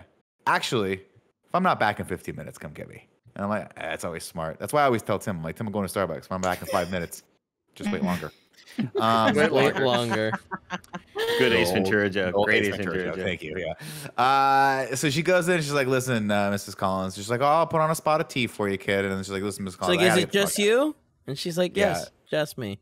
Smart. She's like, smart. Yeah, just me. At that point, I'd be like this. Okay, I gotta get the fuck out of here. This old cat's up to something crazy, right? She makes her some tea. They sit down, and she's like, "Listen, I gotta get out of here." She sat down. She was like, "I'm gonna willingly drink this tea because I've built up the probiotics in my body to protect myself from anything. Because I'm totally fine if I drink anything poison. I'm gonna be totally good. I'll get woozy for a bit, but I'll be totally good." No, you'll be fine. This woman put enough horse tranquilizer in this fucking tea to make this 80-pound 17-year-old fall asleep very quickly. But she's like, "Don't worry about it. Just hang out." And then Ellie just fucking muscles out of it, man. She just punches harder. She's like, spilled like the entire cup of tea. It's not like she drank the whole thing. I mean, Joe, as the resident poison expert, don't you think that she put enough in there for one sip to just kind of like knock her out? I mean, the idea that the idea that Sandy is like, all right, sit back, get ready for your endless sleep. Like, that tells me enough that she had what she needed to take. Like, yeah. If anything, Sandy would have been like, I'm going to fucking make you drink this damn thing, but that seemed like enough. I think it's like an onset thing. Right? But she was like, she alluded to the fact that she had enough that it was going to kill her and everyone was going to think it was suicide because that's what everyone thinks she was going to do anyway. They joked it like they made that horrible joke in the first act about it where she's like, she's probably going to kill herself. Oh, whatever, yeah, right? in the like bar just like her back. mom or whatever it was. Yeah, fucked up. And so she was like, I'll put two and two together. And then you just assumed that she had enough. And I mean, again, it's not like Mrs. Collins, like this is her first rodeo, right? She has stabbed numerous men in the face. But never poisoned any of them as far as we know. She's not an alchemist, We don't know. Of course, it is, of course, revealed that she's like, someone, you went to the cops, didn't you? She's like, I won't tell anyone. It's like, yeah, well, it's already too late because someone actually did die up there. I died up there. My youth, my innocence died up there. I love the touch of it being the female cop that goes to check on Ellie. Like I think that really ties into the whole theme of the story and stuff. And it was like having the male cop kind of like make fun of her and like be such a dick, and like having this woman checking in on her was good. And then I it was also almost really liked- completely undone later, Tim. I didn't tell you the fear that I felt later on in these following sequences when the dead guys are like, "Help us." And I was like, Edgar Wright, no, don't do this, Don't Edgar do Wright. this. Yeah. Don't do. Don't- Oh, I was. I think was we right all there had with you. this. I was We right all there were, with because you. it was I like, was these people are so bad. fucking terrified at that moment. I was like, Edgar Wright, I do not want to have to like cancel your ass, man. Yeah, But you're I mean, flirting like, with disaster here, dude. To his credit, her next line is no, and she says it in like a grossed Oh, out, yeah, like yeah. "fuck you guys." And he, fuck, I was gonna say something, but now I've forgotten it. Never mind. Well, you know, John walks in and he's like, "Where's Ellie at?" And then she's like, "Oh, you little Grabs the little fucking knife behind bastard, her back. you little rascal! You told me you were alone." And I love her reaction there. Her acting Yeah, there is fantastic. Very good. At this point, Ellie's like, "Oh my god, I'm fucking debilitated on this couch. I couldn't possibly get up." And then John gets one in the gut, and then Ellie springs to life like she's she just had the best speech from her coach during halftime. She's like, "I'm ready to get out there and make up this deficit." They start tumbling. Do you guys not think that the adrenaline would like get her to push through a little bit of this? I mean, No, I would have loved if she like no. made herself throw up or something. That like I just need something there, because the whole time I'm thinking like, wow, she's gonna be good. Okay. It's muddled at best, but either way, we go upstairs. It's a stupid nitpick, but a it's still cigarette- something Yeah. enough. I liked. Yeah. I thought it was fine. A cigarette gets popped into one of the old records. I like that imagery where she's like, we're burning down that nostalgia now with these old records. The whole house starts lighting on fire. It turns into a house of horrors as Ellie runs up to her room for some reason, which she locks herself Well, the in there. woman was in front of her. She like was on the stairs. This is an old Yeah, woman 'cause that Ellie because just dropped like a bag of fucking potatoes, and she's like, "I'll just jump over you real quick." And the woman's like, "I get it." She runs up to the room. It's got to end up there because there's a phone there only for emergencies that we have. I we've think already this established. scene of them going up the stairs is maybe the scene that Tim was referencing earlier of That like could have been is. so cool. Yeah. It It could have been cool. so cool, and Yeah. it was like, oh no, it wasn't horrible, but it was No. just like, it's just fine. Yeah, again, Yeah. again with this movie, there's like at no point did I ever feel like this is egregiously bad. I just kind of Oh, like, no, me I'm neither, kind of me neither. disappointed with this. Yeah. I just don't think it came together as much as I'd wanted it to. But she goes up there and she gets immediately kind of accosted by all these spirits who, to Andy's point earlier, was like, save us. And I was like, that's a very weird message to be throwing into this film in the fourth quarter, this late in the fourth quarter. A lot of sports analogies here. Hopefully Andy's happy now. Are you happy I'm very now, Andy? happy. Yeah. But I mean, the message was like, "Fuck you guys." Like, What is the message, though, of this, right? Because it's like... I mean, the they're message both is bad that- guys. Yeah, obviously, but like, man, I mean, there's the moment where she's trying to save her, and it turns into like the younger Alex, and like she holds her, and she's like, "We can get like," she says something along the lines of like, "We can get through this," and she's like, "It's too late," and it just like that person needed help earlier, couldn't get it, and was lost to it, right? Right. That's a perfect example. So, how is that like mirrored in Ellie's struggle, which is what we needed for the theme really to hit home, right? I needed to see those things in Ellie's life, but if it weren't for the fact that she was being haunted by the fucking ghost of Sandy, Ellie would probably be okay. I mean, she's a pretty talented artist, and her teacher likes what she's working on, right? At no point is she struggling with really anything other than kind of being bullied at art school, which she already solved by moving out of the dorm. So it's like, you know what I mean? Like, I don't I don't think that there needs to be symmetry in that, like. Well, it does I need to be think that- symmetry, right? Because it needs to hit for us at the end where she's like, I'm too far gone, but like, I don't know. The main character just didn't have it. It just didn't. Yeah, there's just. I mean, too many I elements feel going like on. the I school highlight it. and her doing fashion is not a red herring, but almost like, you know, it's barely motivating the story to go forward. Like, it is the reason why she had to move out of her house. The story is she's got crazy powers. Right, but Right? like I Like, guess what it communicate comes with down to ghosts. is like when you start thinking about movies like this, right, where there's like a lot of dualities. What is it that Ellie's missing in her life that she's supposed to be that she's supposed to have by the end of this movie? I think it's And confidence and a yeah. sense of security, and I think that it's not just confidence. Okay. In, How does the climax, give her that? because I think that it's a lot of like looking back to go forward type stuff of like, it's not just the good that you're looking for from what happened before, but it is the bad too, and it takes both to kind of get you to be able to make a better future that hopefully is just the good and not the bad. And I think that the final shots of her had like seeing Sandy in the mirror and all that stuff, it's like it's them allowing it to be like, look, it's not always just going to be good or just bad, it is both at all times. And through Sandy's struggles, it's allowing her to kind of navigate the world in a way that she can be a little bit more in control of the fears around her, of the creepy men that she's going to be around, where Sandy didn't have as many options. And now that the Thomasin's character was able to kind of see all that stuff, I think she's better equipped to surround herself with better men, as we've seen in the case of John, people that will stand by her even when she is breaking down to like very, very, very scary things. Like I think that's kind of all of it. Andy Cortez. What I really needed to cap the movie off is for her to look at Sandy in the mirror and they kind of wink at each other. And John's like, "Oh, is that the lady that stabbed me? She tried to kill me." That'd be awesome. Remember that? Like she tried to kill me in that house when it was burning down. And like that's one turnaround I didn't quite love. I didn't quite love her being like, "Go save the boy." It's like, wow, you really 180'd really incredibly fast. Well, I mean, here. she didn't have any like grudge against the guy. She was just killing him because he was involved in like he was gonna get her caught essentially, right? Well, I mean, so it's not like she disliked him, it's like, all right, I'm fucked, I'm dying, go save the guy downstairs. So that's like, but that wasn't her motivation. Her motivation was just like, I can't go to prison, man. I can't fucking do it. She even says like, I can't be in a fucking cage, and I'm like, this just turned into Point Break. Are we best friends now? Anyway, Tim, I see your point, and I think that was what they were going for. For me, I don't think that her struggle. I don't think I saw enough of her struggle with like who she was personally to go into that, because a lot of the sort of stuff that's thrown on her has to do with the sixth sense power that she has, right?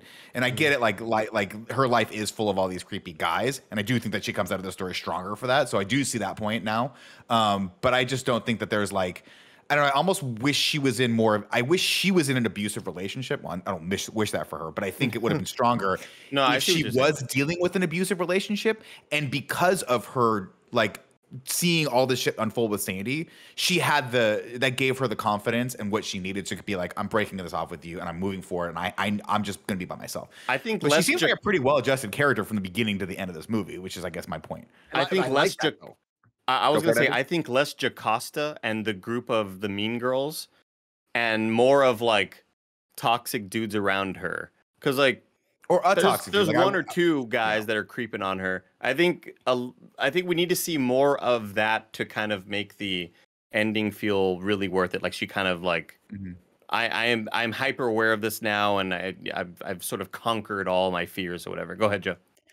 I took something totally different. I think that Ellie has romanticized this period of life or this period of time in her life because of the relationship that her grandma and her mom had, of just like all the picture that they have all the time, and like all the stories that she's been hearing from her grandma of like them visiting and stuff like that. And the fact that her mom died when she was 7, I think a lot of her romanticizing of this period of time is romanticizing being able to have those relationships that she missed out on.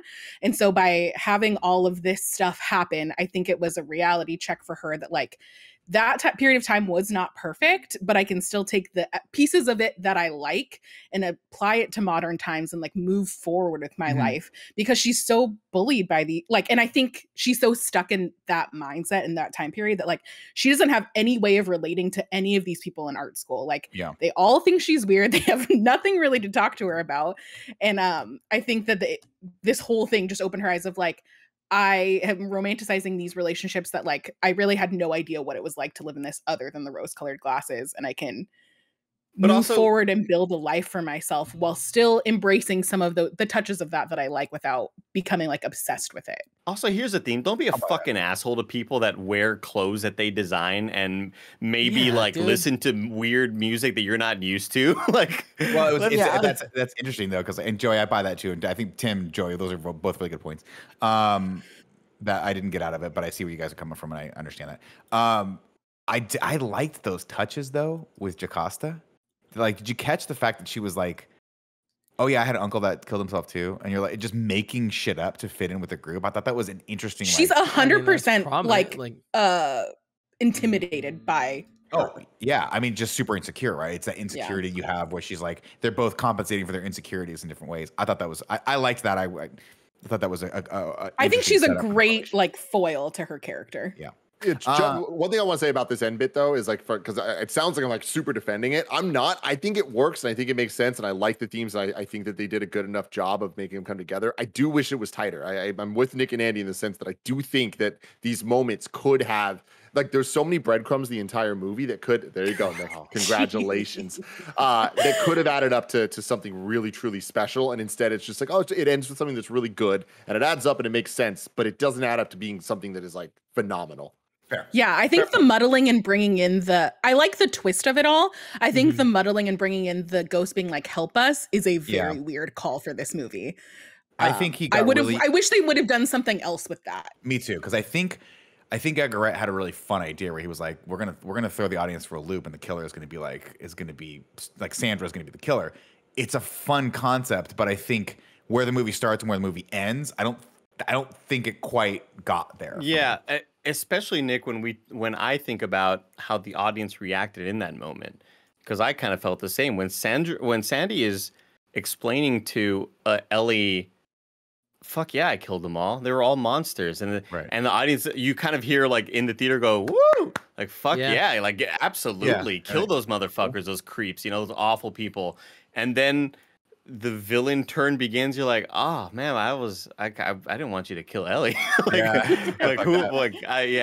You start to feel conflicted in those moments, and whether that's by design or not, I don't. It felt like sort of an unintended consequence. Well, there was kind of feel like, oh, I don't know how I feel about this. I'm right there with you, Andy. I was like, I'm like, this doesn't feel as earned as I want it to be. But then I got so for a second caught up in the semantics of like, you have 100 dead bodies buried in your house, and no one has complained about that at all. The garlic. They set it up at the restaurant. The garlic. I know, guys. The one dead body in a house in the summer in the heat of fucking London would be like unbearable. She's like, but you know what? 40-year-old body? 140-year-old. Well, I'm just talking about like back in the fucking in the 60s, sort of like this. What smells like a morgue in this fucking neighborhood? Somebody somewhere would be like, like eating at a rotting restaurant because it smells like rotting. A rotting body is like known to be one of the worst smells ever of all time. But every Edgar Wright movie has those moments where you go, that is just absolutely unbelievable, but who cares? The rest of the movie is okay. Right. But a lot of Edgar Wright movies aren't as grounded as this one was sort of leading us to believe. I digress. We've gone a little longer in this. I see everyone's points. Very good points. Very good. I think we had a really arousing discussion here about the merits of hiding people in floorboards. Kevin, take note.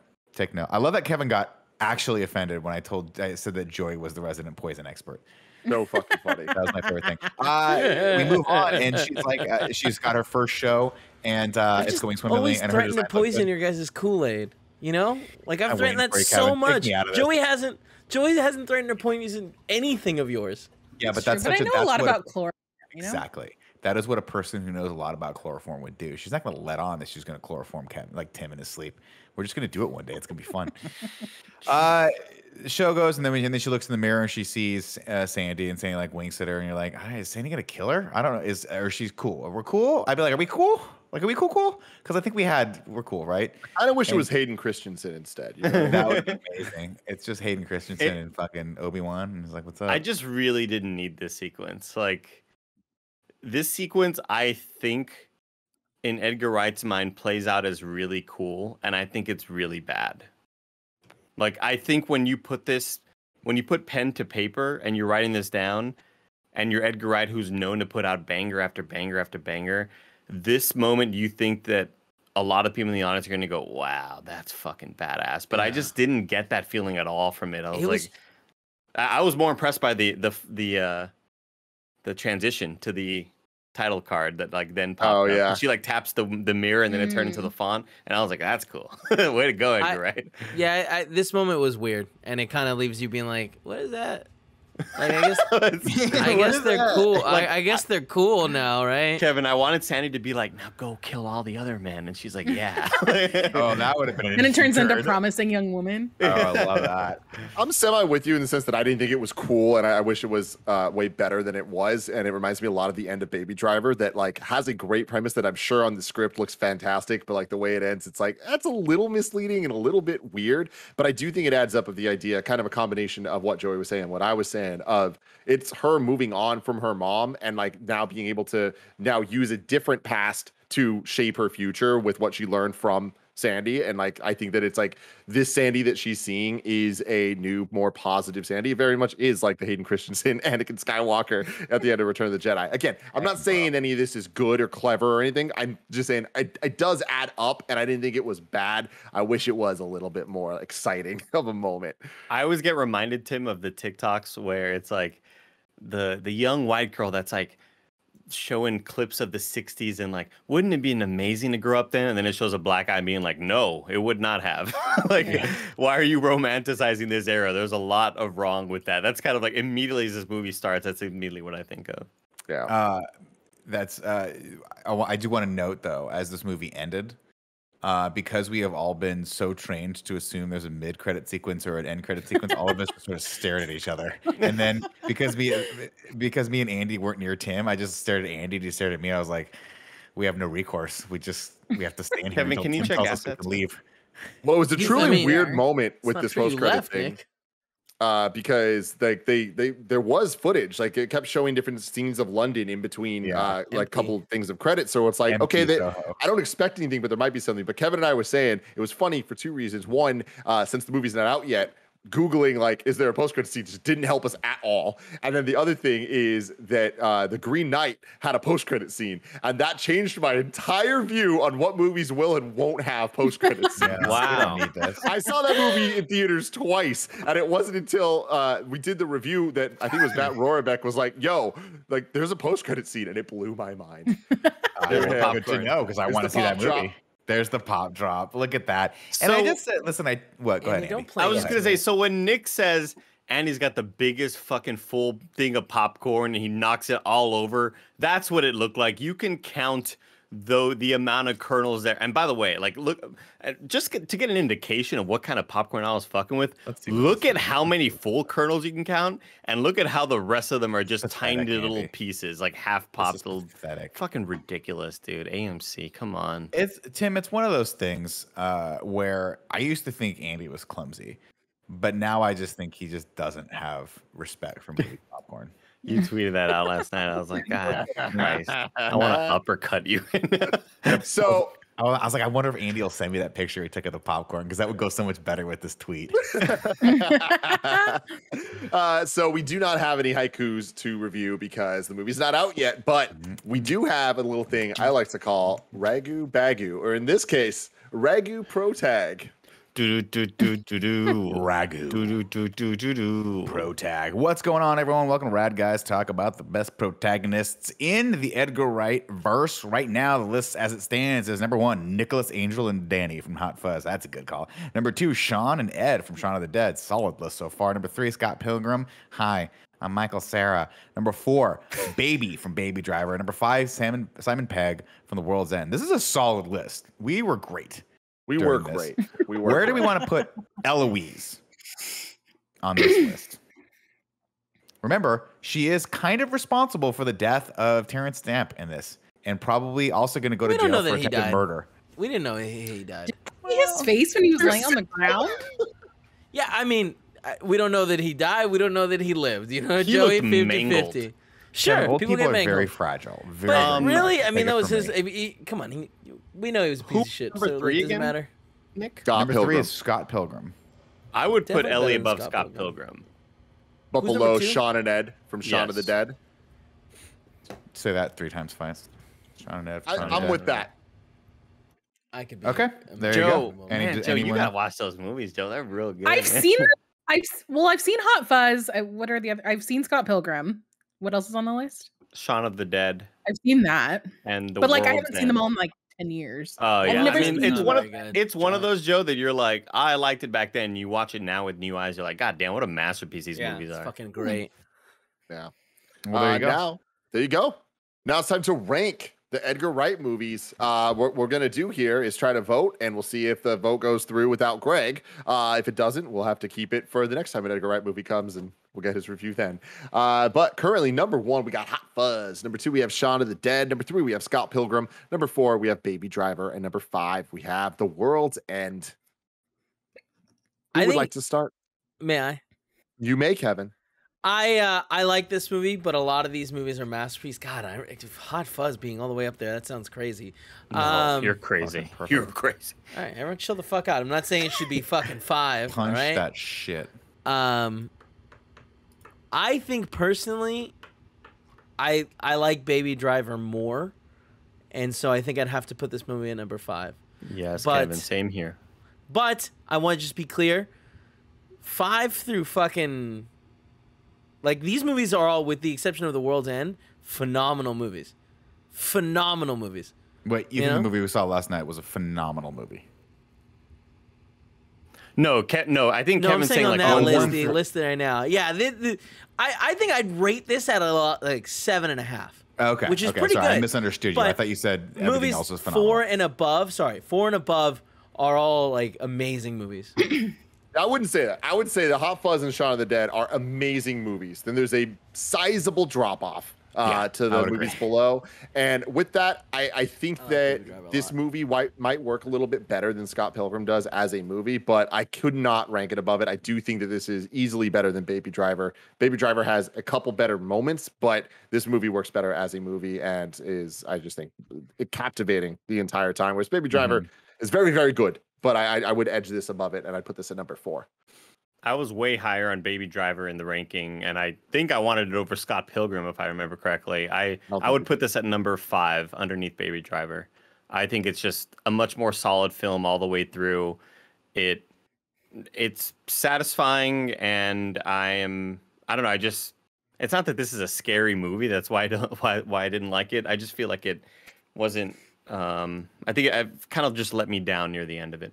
Yeah, I think I would also put this at number 5. I'm not as like I talked about when we did the review. I'm not a huge fan of Baby Driver, but I think I found that movie a lot more entertaining and straightforward than this. This one just was a lot of different elements that I kind of wish it was. They kind of pared it down a little bit and had focused a little bit more on Ellie's story rather than the horror aspects of the film. So for that, I would probably put it firmly at number 5, right above World's End at number 6. So that means the new rankings of Edgar Wright in review. Number 1, Hot Fuzz. Number 2, Shaun of the Dead. Number 3, Scott Pilgrim. Number 4, Baby Driver. Number 5, Last Night in Soho. And number 6, The World's End. Pretty damn solid list. I'm proud of this one, guys. I think we did a good job. Yeah. We didn't Spider-Man this one. We didn't Spider-Man this one. No. But yeah, let us know in the comments below what you think of Last Night in Soho when you go to see it. If you have any option to go watch it in a Dolby Atmos theater, please do that. It is so much of enhancement to the experience. Tim, I thought we were sitting in D-Box. Like, that's how much the seats were vibrating. Like, I felt it below me, man. Oh, man. Yeah, it's something fucking special, baby. But we will return next week with In Review. We got Ghostbusters 2 and the return to MCU in review with the Eternals, because that's next week, guys. Wow. Oh, wow. That's fun. Yeah. So next time. Love you guys. Bye.